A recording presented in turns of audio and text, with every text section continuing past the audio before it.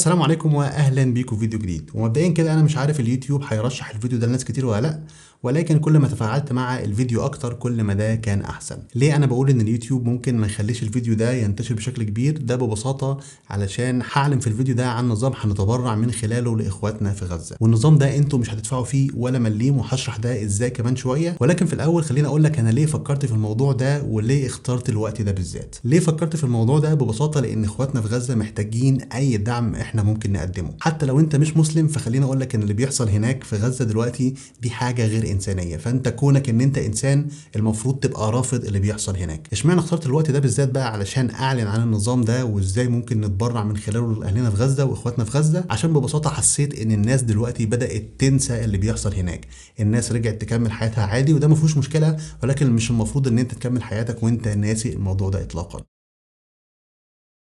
للاسف في بدايه الامر الناس اتعاملت مع الموضوع كانه ترند، وهتلاقي كل الانفلونسرز وكل الناس اتكلموا عليه بشكل كبير جدا، وفي ناس كتير تنازلت عن جزء من ارباح القناه بتاعتها علشان يروح لصالح اخواتنا في غزه، وده شيء كويس. ولكن الموضوع ده خد فتره كده اهو عالي قوي وناس كتيره دخلت في الترند ده، ولكن دلوقتي الموضوع بيهبط خالص وتقريبا مفيش حد بيتكلم عن اخواتنا في غزه غير ناس قليله جدا. هل ده معناه ان اللي بيحصل في غزه توقف دلوقتي؟ الاجابه قطعا لا. اللي بيحصل في غزه دلوقتي اسوأ من اللي كان بيحصل قبل كده.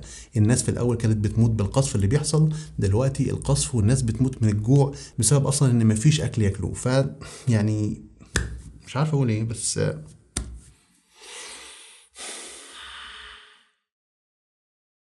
المهم ان انا مش عاوز الموضوع يبقى ترند وينتهي، انا عاوز ان احنا نلاقي طريقة مستدامة نعرف نوصل بيها تبرعات ومساعدات لغزة على قد ما نقدر. ومش مقصود هنا ان انت توقف حياتك تماما عشان تساعدهم، بالعكس كمل حياتك عادي، ولكن حاول تخلي ان في طريقة مساعدة مستمرة ماشية معاك على طول عشان تساعد الناس هناك. ولذلك هتسأل طيب احنا هنعمل ايه بالظبط؟ الفكرة هنا بسيطة جدا، انت مش هتدفع ولا مليم من جيبك، انا اللي هدفع الفلوس دي، وهدفع الفلوس دي بناء على التفاعل بتاعكم على المحتوى. بمعنى صح كل 1000 لايك او كومنت بيجي على الفيديوهات اللي تنزل على اليوتيوب هنا هيتم التبرع ب 100 جنيه لصالح غزة. وعارف ان انت عاوز تسأل وتقول لي طيب يا خياط انت ليه رابط موضوع التفاعل بالتبرع بتاع غزة؟ ما انت لو عاوز تتبرع هتتبرع على طول.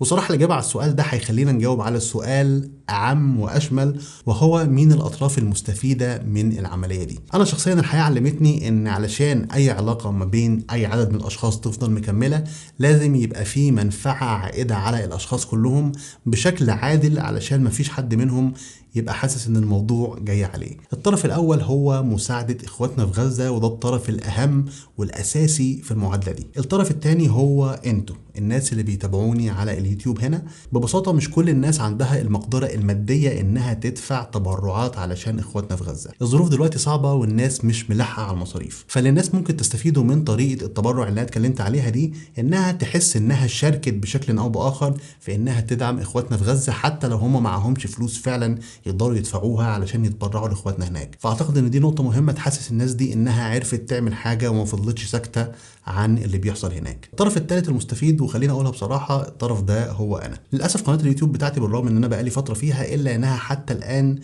تعتبر مش بتجيب فلوس تقريبا. يعني على سبيل المثال خلينا اشارك معاكم شويه ارقام. السنه اللي فاتت توتال ارباح القناه كانت 300 دولار خلال سنه، فتتكلم تقريبا اقل من 15000 جنيه. فلو جيت حسبتها كل شهر هتلاقي ان المبلغ اللي بيجي لي كل شهر تقريبا 1100 او 1200 جنيه، وده يعتبر مبلغ زهيد جدا في عالم اليوتيوب يعني. والحقيقه انا مش بعتبر ان دي ارباح اساسا، لان انا الحقيقه بدفع اعلانات علشان احاول اوصل المحتوى بتاعي اللي انا تعبت عليه لعدد ناس اكبر انها تشوفه، فبالتالي مصاريف الاعلانات اكتر من الارباح اللي بتيجي من القناه بكتير. فلوس الاعلانات دي بتروح فين؟ بتروح ببساطه لشركه يوتيوب او الفابت اللي هي شركه امريكيه، واحنا عارفين الشركات الامريكيه فلوسها ممكن تروح فين بعد كده. فانا فكرت ليه ما الاقيش طريقه احاول ان اخلي الفلوس دي تروح لمساعده اخواتنا في غزه، بس في نفس الوقت ما اقدرش اضحي بالتفاعل اللي ممكن يجي من الاعلانات دي. فمن هنا جت الفكره ان انتوا تساعدوني في ان انا اوصل للتفاعل ده على المحتوى بتاعي، وفي نفس الوقت الفلوس دي بدل ما كانت بتروح للاعلانات تروح لاخواتنا في غزه، وبالتالي يبقى كده كل الاطراف مستفيده. انتوا استفدتوا ان انتوا لقيتوا طريقه تتبرعوا بيها لاخواتنا في غزه من غير ما تدفعوا ولا مليم. انا لقيت طريقه ان اخلي الفلوس اللي بدفعها بدل ما ادفعها اليوتيوب بقيت بدفعها لاخواتنا في غزه، وده افضل بكتير، افضل مليون مره. وتالت حاجه والاهم هو ان احنا عرفنا اصلا ان احنا نساعد الناس في غزه، فدي يعني الاطراف كلها هتطلع مستفيده من الموضوع ده. وده هياخدنا لسؤال مهم تاني، وهو انت ازاي هتحسب الحسبه دي وهتتبرع ازاي، وهتثبت لنا ازاي ان انت اتبرعت فعلا لصالح غزة. طريقة المحاسبة سهلة جدا، في اخر كل شهر هشوف ايه الفيديوهات اللي نزلت خلال الشهر ده وهحسب عدد اللايكات والكومنتات اللي جت عليها. يعني على سبيل المثال لو شهر مثلا نزل فيه 3 فيديوهات، ال3 فيديوهات دول جه عليهم مثلا 5000 لايك و500 كومنت، فيبقى 5500 تفاعل حصل على الفيديوهات دي، مقابل كل 1000 بدفع 100 جنيه، فيبقى هنا توتال مبلغ التبرع هيبقى 550 جنيه. وفي اخر كل شهر هنزل فيديو هشارك فيه الارقام دي معاكم عشان تبقوا عارفين احنا وصلنا لايه بخصوص موضوع التبرع ده. وده هياخدنا لسؤال تاني مهم، وهو انت ازاي هتاكد لنا ان انت اتبرعت فعلا لصالح غزه؟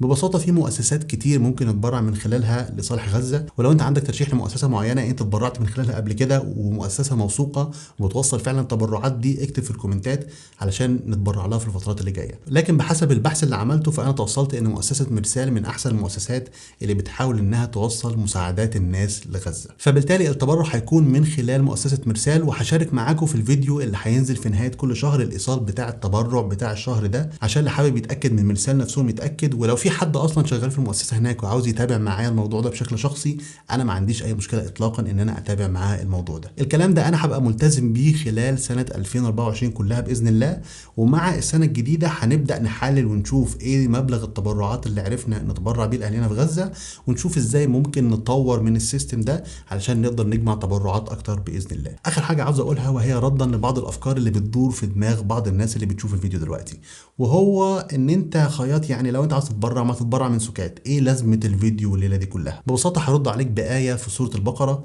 الايه دي بتقول الاتي: الذين ينفقون اموالهم بالليل والنهار سرا وعلانيه فلهم اجرهم عند ربهم ولا خوف عليهم ولا هم يحزنون. فذكر في القرآن ان الاموال دي ممكن تصرف سرا وعلانية، فما فيش مشكلة لو انت عاوز تطلع مبالغ تبرع لاهل غزة من غير ما تقول لحد اوكي، لو عاوز تقول لحد عشان تشجع الناس ده برضه ما فيهوش مشكلة.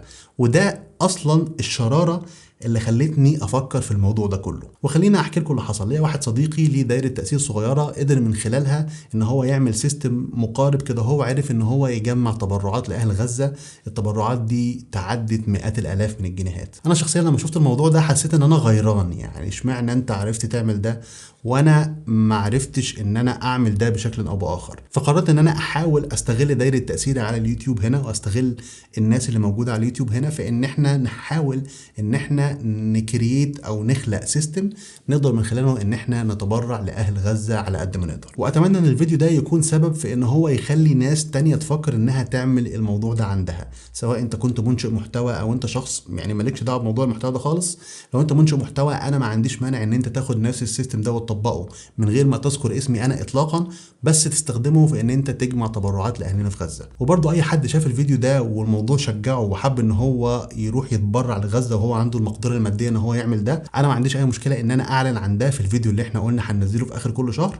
ولو انت عاوز تشارك مبلغ التبرع اللي انت اتبرعت بيه مع اسمك انا ما عنديش مشكله في ده، ولو انت عاوز تشارك المبلغ ده من غير ما تقول اسمك برضه ما عنديش مشكله في ده. كل الفكره ان احنا عاوزين نشجع الناس ونوريهم ايه المبالغ اللي احنا عرفنا نتبرع بيها لاهلنا في غزه. ده الحوار اللي انا كنت عاوز اكلمكم فيه بخصوص السيستم اللي احنا هنعمله ان شاء الله ونقدر نتبرع من خلاله بمبالغ كبيره لاهلنا في غزه. فلو عندك اي كومنت اي تعليق اي نصيحه اكتبها لي في التعليقات، انا ما عنديش اي مشكله. ولو عندك طريقه ممكن نطور بيها السيستم ده بحيث ان احنا نخلي الناس اكتر تشارك فيه، او عندك اي فكره قد تكون ما خطرتش على بالي اكتبها برضه في الكومنتات ونشوف احنا ممكن نساعد اهلنا في غزه ازاي. وبس كده، دي كانت كل حاجه في الفيديو ده، فلايك وكومنت وشير سبسكرايب، واشوفكم ان شاء الله في فيديو جديد قريب جدا. سلام.